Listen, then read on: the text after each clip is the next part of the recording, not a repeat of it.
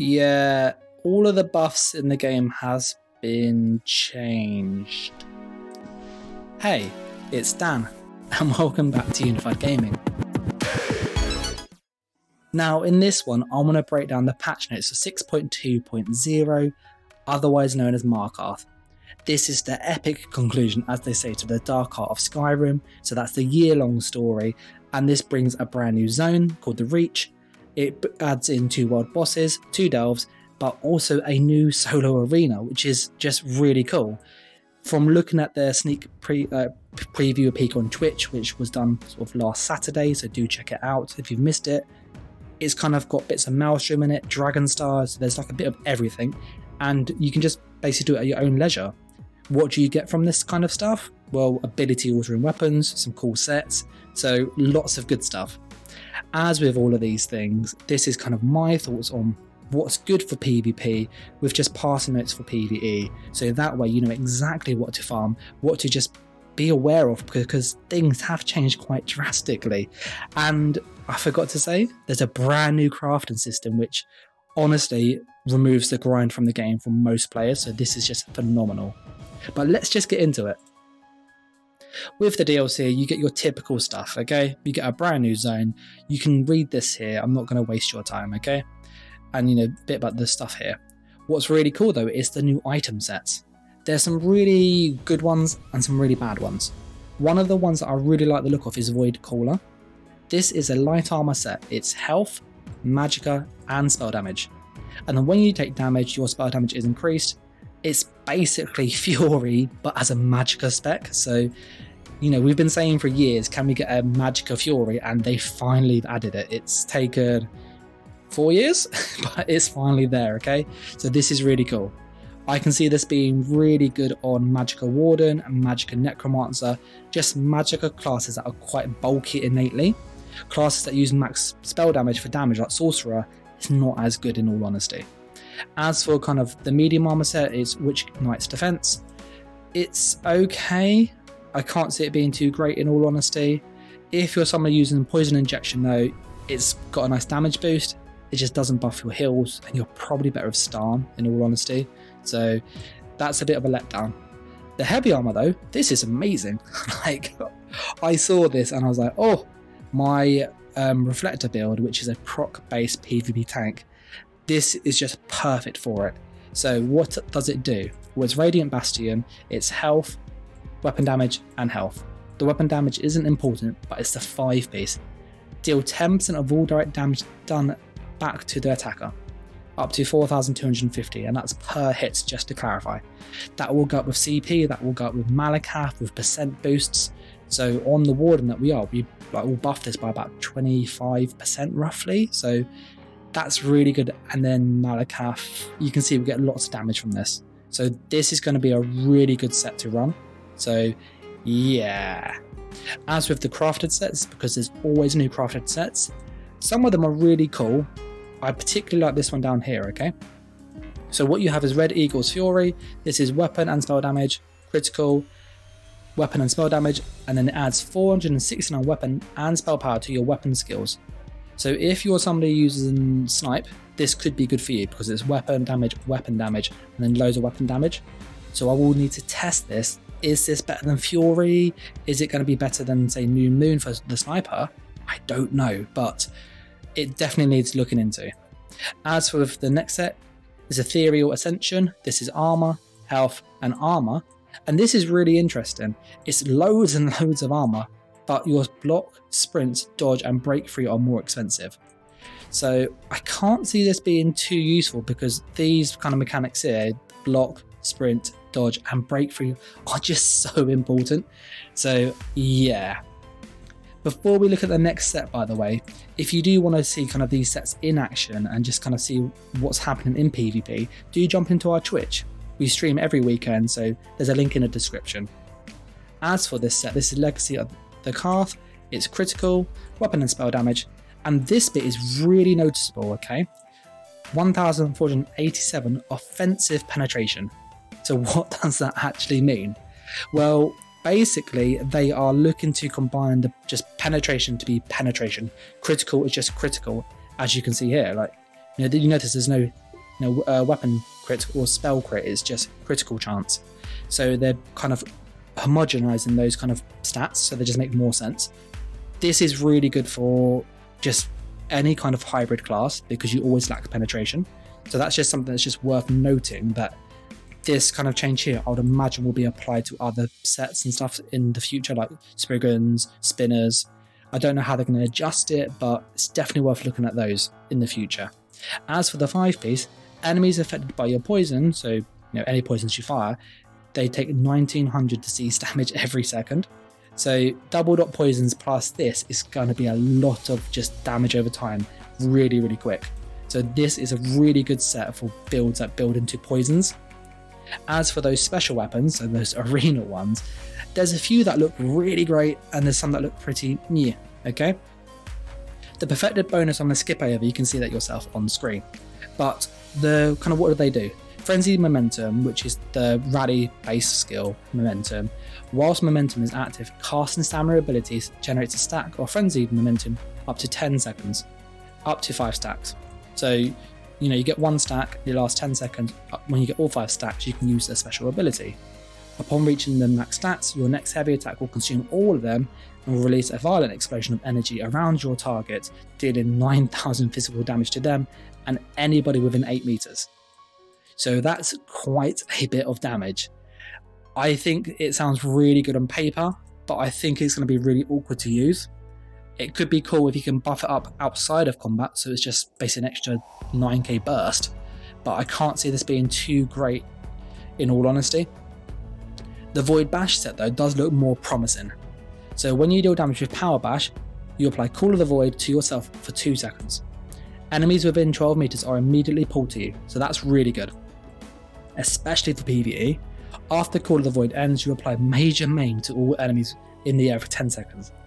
There are very few sources of Major Maim, so this is incredibly good in small scale groups, where you can basically just reduce everybody's damage by quite a margin for ages, and it's got a 13-second cooldown, so there's actually like 3 seconds delay. You can hit somebody with this, they got this debuff for 10 seconds, and obviously there's a 13-second cooldown, so actually you can have a really high uptime with that debuff, so this is very powerful on the back bar.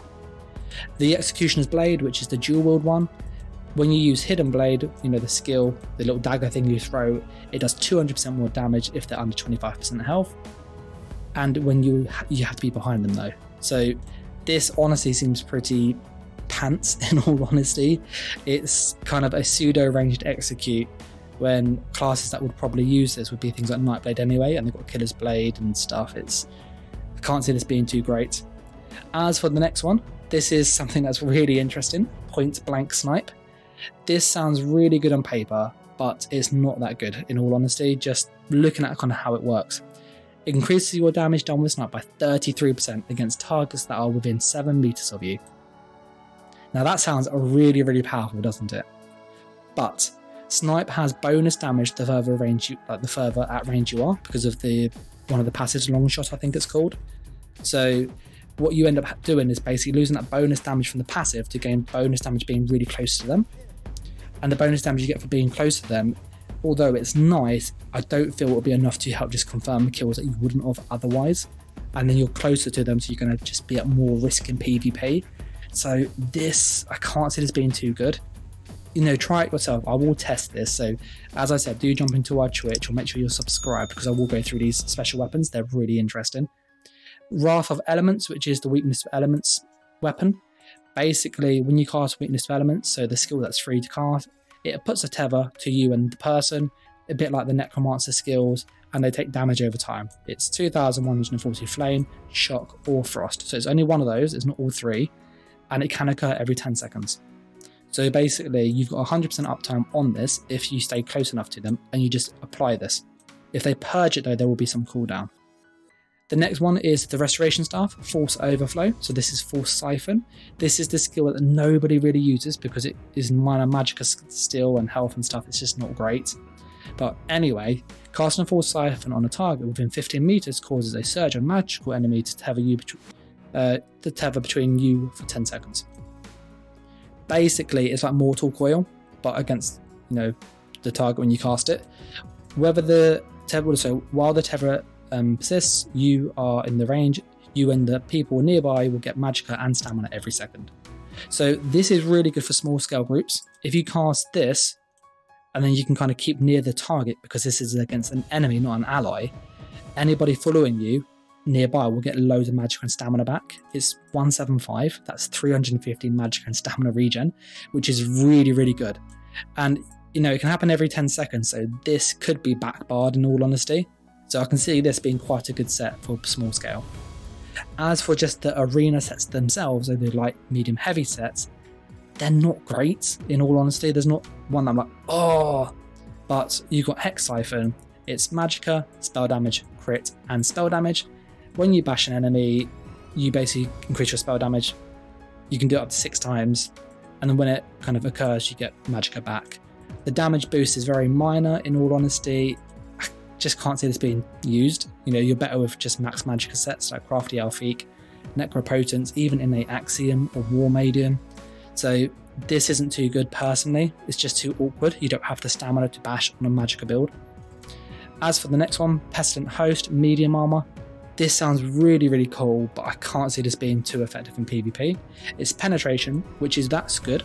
That's a really good way because there's very few sets that have penetration on the 2-piece. Stamina, weapon damage, and another lot of penetration. So that's really good with quite a bit of pen. Whenever you kill an enemy with a poison effect, so poison injection is probably the easiest way, the corpse will release a raft and massive Fletcher flies that will seek out the nearest enemy, cause them to bleed for 31,000 damage over 10 seconds. So the damage is really, really high, but the proc condition is really awkward. So that is the trade-off, that if you can get this to work and land on somebody, you have a massive amount of damage. However, how often is that actually going to work?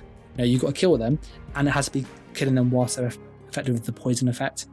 So that's probably the poison status effect. So it's not going to be a particularly easy proc, but effective like if you can.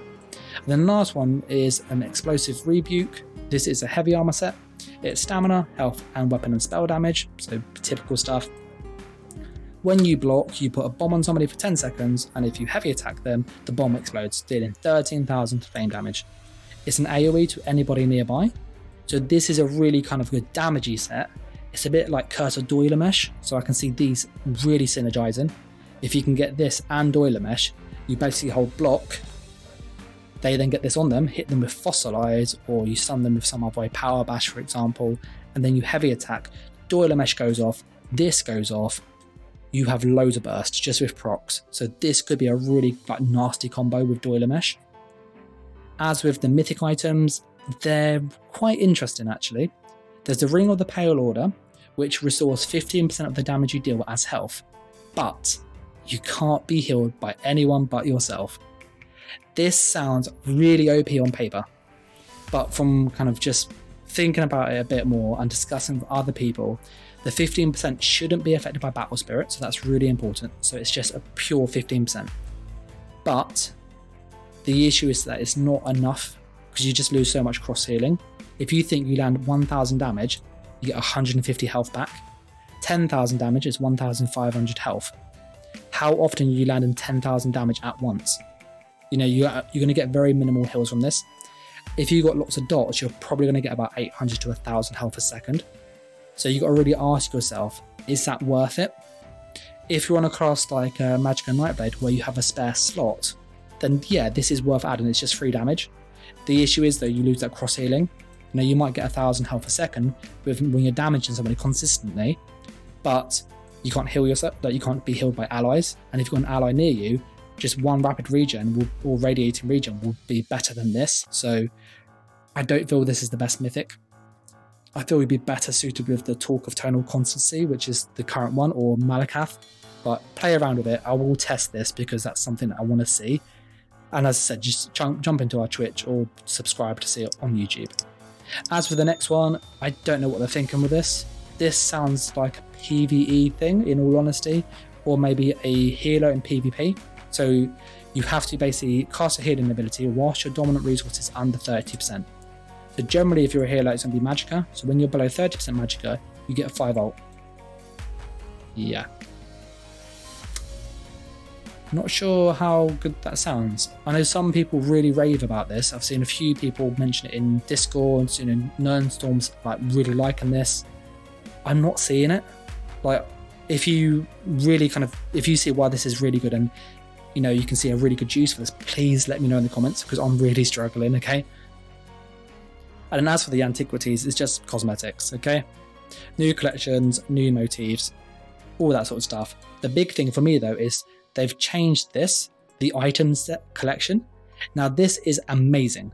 So if you have not got a crafter, you need one ASAP. Like, that is the first thing you should be doing right now. Make a crafter and get all the traits you need. There will be a video on the channel coming up in about a week or so, kind of showing you how to just get the traits that you need in the right order, so that way you can just transmute correctly. But what is this system? Well, it's an item set collection. It's basically like Pokemon. You've got to get them all.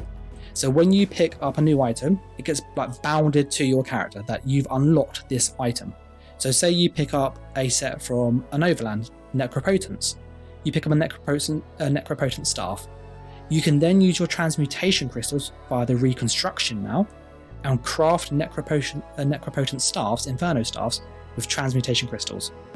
This applies to Maelstrom, any special dungeon, any special arena. It applies to any set in the game. So if you have a character that uses, you use sets quite often like Fury, Necropotence, War Maidens, Spinners, some of them can be quite expensive. This gives you a way to craft those items with transmutation crystals, and it doesn't use any trait gems. So you can basically craft things like Nirnhound for free. The issue is the stuff you craft is bound to you, so you can't trade it. So this is just for personal use, and you can re-deconstruct it as well to get the crystals back. Now, what's really cool with this is the reconstruction part. That it sounds expensive to begin with, but actually it's not so bad. If you have 75 transmutation crystals, you can craft one piece of that set. You need to obviously have the base item in the first place, and you can craft it in any trait researched. So you could really farm, a really bad item, something that's invigorating, but because you now have the recipe as such, you can then craft it yourself using your crystals. If you have all the other pieces from that set, so the head, the shoulders, waist, the legs, all that stuff, and the weapons, they go down to 25 crystals per piece, which actually is pretty good. And you're probably going, but the crystals, there's 200 of them, and they've also increased the cap. So that is just really cool. The cap is now 500 at base. If you have ESO Plus, it's 1000. You can see it down here. What they've also done as well is they've also decided to make it easier to get hold of transmutation crystals. So you can get them from more PvE sources, so Undaunted Pledges, looking for group rewards, trials, arena, leaderboards, all that stuff. You can get them from PvP still, but you get more rewards from like Battleground leaderboards and stuff. So do Battlegrounds, get those crystals, because you can save yourself a lot of gold and also a lot of heartache by just picking up a bad item and just crafting what you actually need using this reconstruction system. So for me, this is just the best thing in this patch. Like, I can't get over how excited I am for this, because I work a full-time job. I teach. I don't have time to farm the dungeon 15 times to get that perfect item that I need. This just saves you so much time, and the fact that you can get transmutation crystals easier now, it's just going to be such a game changer for me and lots of people who have full-time jobs. So really thank you, Zaz. I really appreciate this. Such a good change. But that's kind of how that works. Basically, you find the item, unlock the recipe because you found it, you can craft it with transmutation crystals. You use the transmutation station, but bish bash bosh kind of thing. As with Battlegrounds, which is really cool, they're bringing back group queues finally. It's been way too long. Like, I really miss playing Battlegrounds with friends, going in with a duo or 3 or 4 of us. I know if I queue as a duo, we'll be against teams of 3 or 4. If that happens, I know if I queue as solo in the group queue, I'll be against teams that are pre-made. But I just accepted that. They changed it to be all solo players, but now they're bringing it back finally, which is really cool. And for those people who do solo, they're still keeping it for you. So those solo queues will still exist, but there'll be a second queue now, which will be for groups, which is really cool. The thing is though, you can't pick your mode anymore. So in the past, we've had people group as a queue just for deathmatch, just for Catch of the Relic, and so on.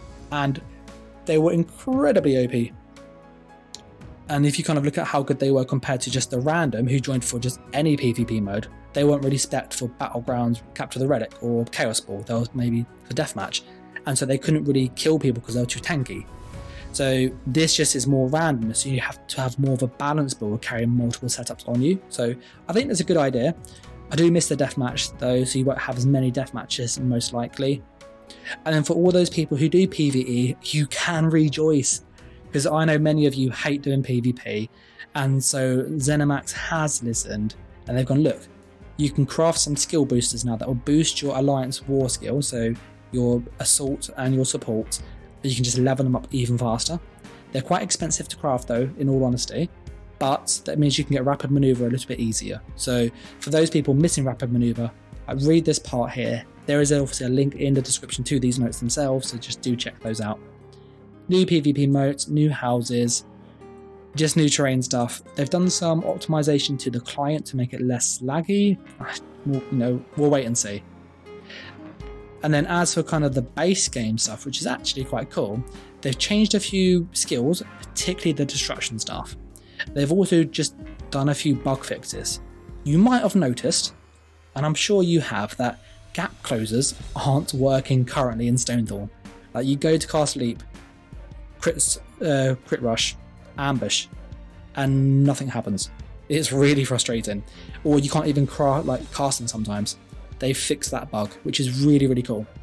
They've then done loads of changes to the light and heavy attacks, which makes a lot of sense. Basically, the medium attack, so when you kind of hold in the light attack and it turns to a heavy attack, it doesn't quite do a full heavy if you let go too soon. We call that a medium attack. What would happen though is that medium attack sometimes did less damage than your light attack. They've now made it scale. So the idea is that the longer you hold it, the more damage you do. If you hold it for the full time, you get the full heavy attack damage. If you hold it for a bit less, you get a bit less. It just makes sense. They've also made the kind of delays gone. So on the lightning staff and the restoration staff, there's no weird 200 millisecond delay, which is kind of a fifth of a second. You know those times where you go to cast your heavy attack and you just have to, it stutters. It's just really annoying. So they've fixed that too. And then they've also done this, which is really cool. All light, medium and heavy attacks now scale dynamically with your highest offensive stat. So this means if you're on a stamina build, you could in theory use a restoration staff now, because the passives are quite good. You get, good recovery back, you get self-healing when you use the resto, and because it scales with your higher stats, it would scale correctly, so that's actually an option now. So, you could try it. As well as all of that, they have reduced the damage a little bit, and they've made the cooldowns just a bit more consistent. So some weapons, they would light attack and heavy attack really fast, dual wield especially, whereas staffs generally did a bit less. They took longer to cast up. They've just tried to kind of bring them all in line to try and make them a bit more consistent, that if you hold a heavy attack on an Inferno staff, it'll be similar to a restoration staff, a lightning staff. You get the idea. As with kind of the big change to PvP, it's the buffs and the debuffs, and oh my goodness. From reading this, you can see, look at that. I showed it at the start of the video. There are loads of changes. I'm going to go through and just give you kind of just a quick summary of what it all means. Basically, any minor movement buff, crit buff, damage buff has gone up. That's pretty much it. So Fracture, Breach, Savagery, Expedition, they've generally been increased. They've also increased some of the armor buffs too. So you'll find that minor buffs on the whole are more effective. Major buffs typically are less effective. You find the regen buffs have been buffed, however. So any kind of major damage boost, whether that's kind of indirect like Defile or Vulnerability, so you see Defile here, Vulnerability down here, all those kind of debuffs that give you more damage, they've been decreased. So you'll find that in PvP, those kind of really potent Defiles, those Vulnerability debuffs, they're not going to be as good as they used to be. So this is kind of an indirect nerf to Stamina Necromancer. They're going to lose quite a bit of Defile. They're also going to lose quite a bit of Major Vulnerability, so their damage will drop a little bit. They've also lowered Minor Berserk, so Wardens will see a nerf in damage, so will any class using Camouflage Hunter. So stamina class is going to have a damage drop in all honesty. But everybody else will gain a little bit more armor. It's not massive, it's like an extra 700 roughly on the major armor buff. As with kind of the healing stuff, healing has also been reduced, so major mending has been dropped down to 16%, and minor mending has also been reduced as well. And then you also find that all the berserks have been adjusted, as well as the protections. So from seeing the whole lot and kind of just looking at it, most of the kind of damage ones that people typically use will basically be up a little bit. The defenses will be down a little bit.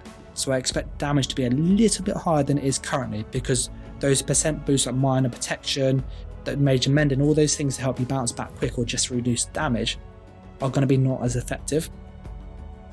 On top of all of that, they've changed a few things with just some of the buffs. Minor courage is really noticeable, and major courage. This change to minor courage buffs werewolves. This change here means that sets like and the change to major courage means that sets like spell power cure are incredibly valuable. Like 430 weapon and spell damage is really noticeable. That is literally new moon as just a buff, and spell power cure applies, like, gives you this buff. So you could run this on the back bar and give every ally you heal in your team spell power cure and thus major courage, so they get new moon. This is an incredibly powerful set now. So it's not listed down, there's no other changes, but spell power cure is really, really good for PvP. They've also increased the force buffs as well, so you get more crit damage. And on top of that, they've added some new debuffs and stuff called minor brittle and major brittle. These basically mean targets take more critical damage. The current source for this is the Frost Staff. They've changed how that works, which we'll get to in a moment.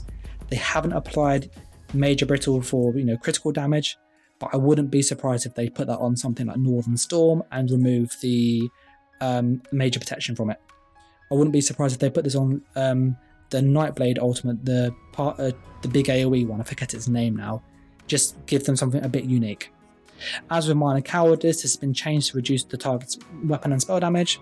Empower had a huge buff, If you've seen the heavy attack hero build, this is going to be the biggest buff this patch to it.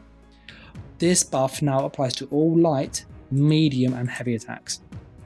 The issue we had is that Empower never applied to our heavy attacks, which meant we were missing 40% damage. Now that they've basically allowed it to apply to them, we now got a 40% damage boost on that build, which is huge, as long as we can get access to Empower some way. I've already got ways to do this, so we'll be having this buff on the heavy attack build, and I can also see this really allowing Magic and Nightblade gank builds to be really potent with heavy attack clench. You cast Mage Light, heavy attack, you're going to get a massive heavy attack damage, which is going to be really, really nasty. They've also just been tweaking a lot of the bonuses as well, kind of with the major and minor buffs, and this is the rationale. In short, it's just balanced on the rating, so that some things are not too OP, the set balance thing.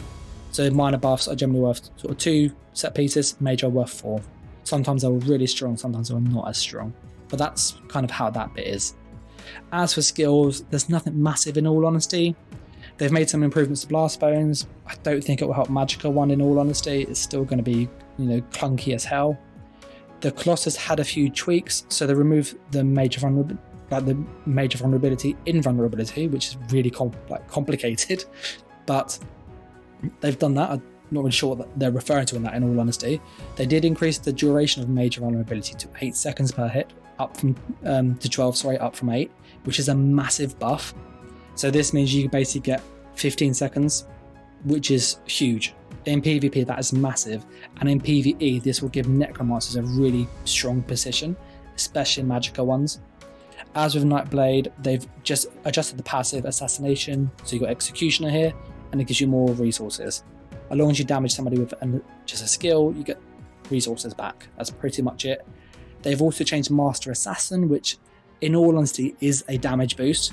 So now it's physical pen and spell pen when you flank somebody, so that's attacking from shoulder to shoulder behind them.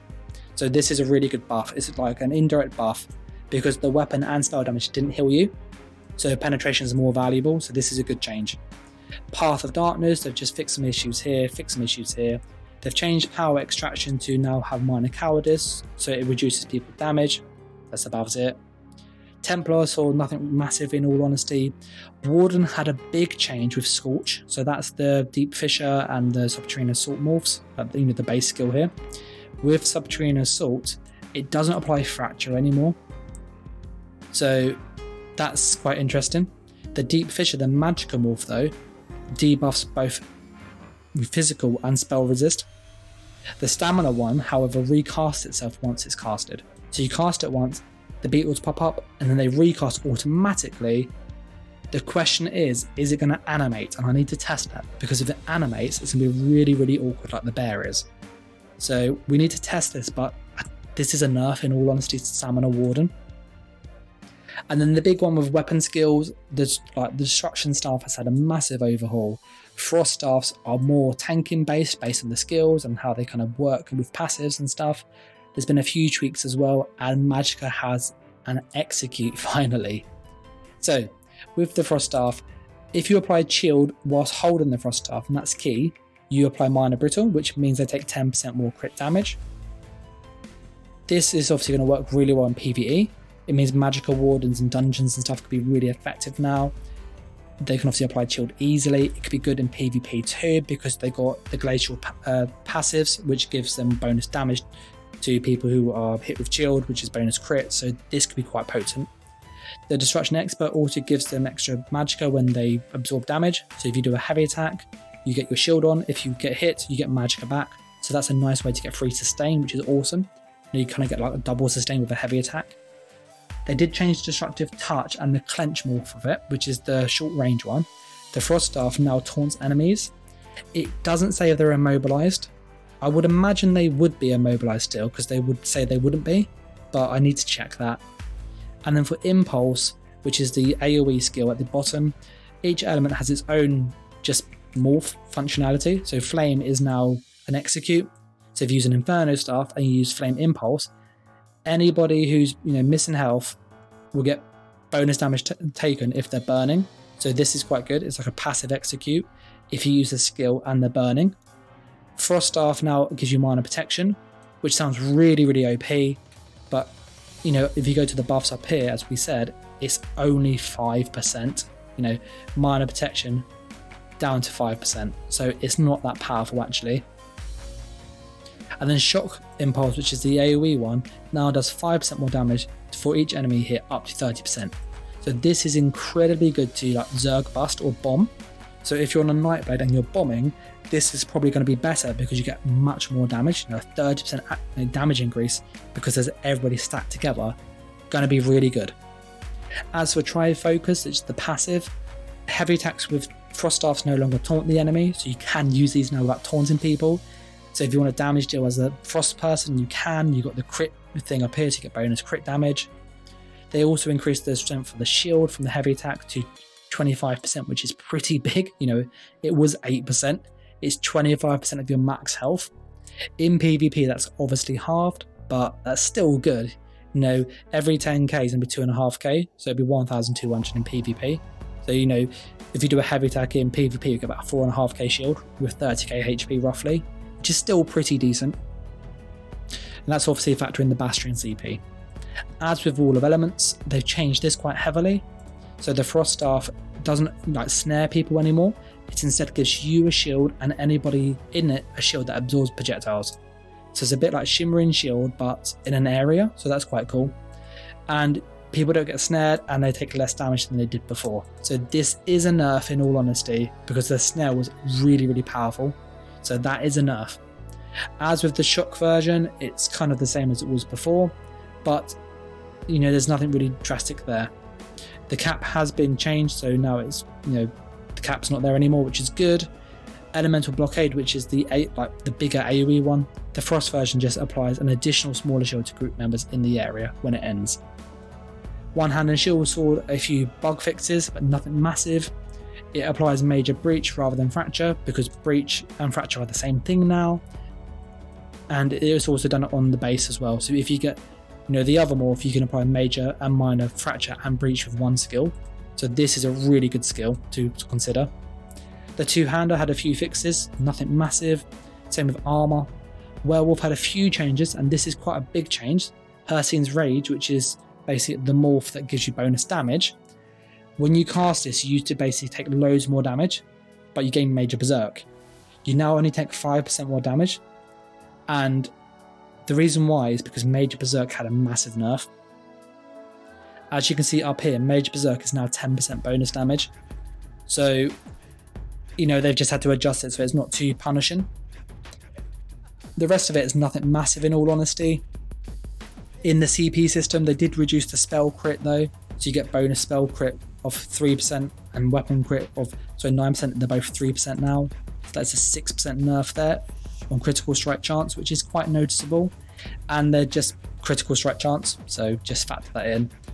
Consumables have changed a few poisons to just update based on the changes. So minor defile poisons actually do state health recovery is impacted, because it is. Poisons that apply fracture or breach, they've been made into unique bonuses, and these remain at 1320 and 5280, which is really good. So any potion or poison that kind of reduces people's armor, they're going to be like a unique debuff. So you could have that and major fracture or major breach at the same time, which means they'll lose like 10,000 armor, which is really, really nuts. So any armor reducing poisons are going to be deadly, so they're definitely worth getting now. They will go up. As for crit stots and just quick start and stuff, they've done a few issues and a few fixes with it. So activating a consumable or other quick start item will no longer cancel in progress casts, and instead will now wait until the cast is complete. I hope this fixes the potion bug I see, where if you kind of potion and roll dodge, the potion doesn't fire but the roll dodge happens, and it happens with block and with some skills. So I hope this fixes that. Dated Trickery had a massive buff in all honesty. All the buffs now last a really long time. The cooldown is a lot less, so you can basically have them up at all the time if you're using it properly. The issue is, however, the buffs have been nerfed. So major, this Daedric Trickery generally gives you major expedition. That's pretty much as it was, so that's going to be fine. It gives you the major protection, which is now 10% damage reduction, so it's not that big. It gives you some heroism as well, if I remember correctly, which is the same as before. So it's going to be one of those sets that it's good, but I don't think it's going to be game changing. It's going to look really good on paper. It will work on some builds, but it's not going to be the go-to set. His bar just had a few changes, as did innate. Nothing massive down here in all honesty. The dungeon sets, again, nothing massive down here. They've just tweaked the defiles because they've been changed. Hand and Mephala, they've just reduced the snare again to 33%, which is really useful. The rest of these are kind of how they were before. This set here, Himjims or Himjars, I think it's pronounced, the Major Berserk is not as good, so this has been nerfed in all honesty. They have increased the duration though, but I can't see this being too great. Iron Blood had a big buff because it's not major protection, so you can use this and also get major protection for a really big damage mitigation. And Nightmare had a few tweaks, but nothing massive. Thunderflame had a nerf. Skaven Mage had a few fixes where it works with proper skills. Some skills it should have worked with, it never did. Overland sets had a few tweaks as well. So Hiss had a nice little change. Gives you some more health, that's always welcomed. Mad Tinkerer had a fix. I think this is a typo though, so it says fixed an issue with the set's tooltip, still stating it had a cooldown despite not having one. I assume they mean a proc chance because it's still got the cooldown. So we'll need to look at that and see actually what does it mean, but I think they were meant to remove the 9% chance to proc when you take damage or deal damage. I think it's just meant to be when you deal damage, it will proc, which is how it used to be on PTS. And then when it went to live, it changed. So I think they fixed that bug. The rest of these sets are kind of how they were. They fixed an issue with Venomous Smite, where if you cleanse the AoE, you have the big poison around you. That's now gone, so that's good. As with Infliction, Affliction had a big buff, an extra 400 on each hit, which doesn't add up quite quick, so that's free damage. Coward's Gear gives you more stam regen, which is really nice. Facerla's Guile, this only activates while you're in combat, so it doesn't, spam your chat and stuff, which is good, and it also gives you armor. Steadfast Hero had a change, so basically it lasts longer, and they reduced the cooldown, so you basically can keep this up for a lot of the fight, which is really cool, but it's only a 10% damage reduction, so it's not as good as it used to be. And the same with Ward of Cyrodiil, because the file got changed, they've increased it. Trial set wise, nothing massive in all honesty. They've just increased the sustain from False God and those type sets just by 300 per kill. Reliquins has an extra 55 per damage, which actually when you add up all the stacks is quite a big damage boost. Eternal Warrior has a bigger heal, so it's basically double, which is huge. Healing Mage is based on Minor Cowardice, so it reduces the weapon and spell damage, so that's good. And it does have a 3-second cooldown, so this could be used in PvP more reliably now. Immortal Warrior, this had a big change, so now it's 20 seconds on the proc. The cooldown is also 20 seconds, so you could keep this up a lot of the fight, but you still need to meet the proc, which is a bit awkward. Kind's Wind, same kind of thing here. As for like PvP, the main one is Yondir's Might. They've basically made it go to 10 stacks. They've reduced the damage of each stack, but you get slightly more damage overall. It's not a massive amount more damage, but it's slightly more damage overall on the kind of stack of endurance. As for when you do the heavy attack, you actually get less damage, so you get more passive damage, but less, active damage when you do that heavy attack to proc it. So yeah, this will see a slight damage reduction in PvP. Monster Masks, nothing massive in all honesty. Pirate Skeleton did have a fix, so now it does, apply a lot quicker. It lasts a lot longer. The issue is that you still get Defile. It's only minor, and the major protection is really low. So you basically get 10% damage reduction at the expense of less healing. The less healing is only like 5%. It's not massive, but it is still noticeable. If you're unsure, it's up here. Minor Defile, down to 8%. So you get 8% less healing, but you get 10% damage reduction. So it's quite a good set now. If you haven't got it, do consider farming this, because this could be a really good defensive set. But sets like Bloodspawn are going to be really good now. Scourge Harvester, they've increased the duration of this, which I don't get. They've reduced the frequency. The total healing is now more than it used to be, but it's not as bursty as over time. The Vykoska, which is the werewolf type set, still not great. Zarn has fixed a few issues. They fixed a few issues with False Pulse on the Asylum weapon, so nothing there, just some visuals, and same with the Restoration staff as well. As with the rest of the patch, there's nothing massive in all honesty, so that's kind of what they've changed and kind of just passing comments on it. So what does this all mean for PvP? Well, PvP, I think actually this patch will give PvP players a lot more flexibility to make builds. The biggest change is going to be the changes to buffs. The changes to the buffs, minor and major, as we saw earlier on, is going to really change how PvP is played. And then adding in the ability to craft items with your transmutation crystals, buy a rubbish item that's dirt cheap, invigorating, bad trait, and then use your crystals and craft the proper trait, is going to be such a game changer. So this is really, really good. On top of that, having access to battleground queues is going to be really good for me personally. I love that stuff, so that's really, really good. And then, as we said, the changes to the buffs and the debuffs, that's going to shift the meta in all honesty.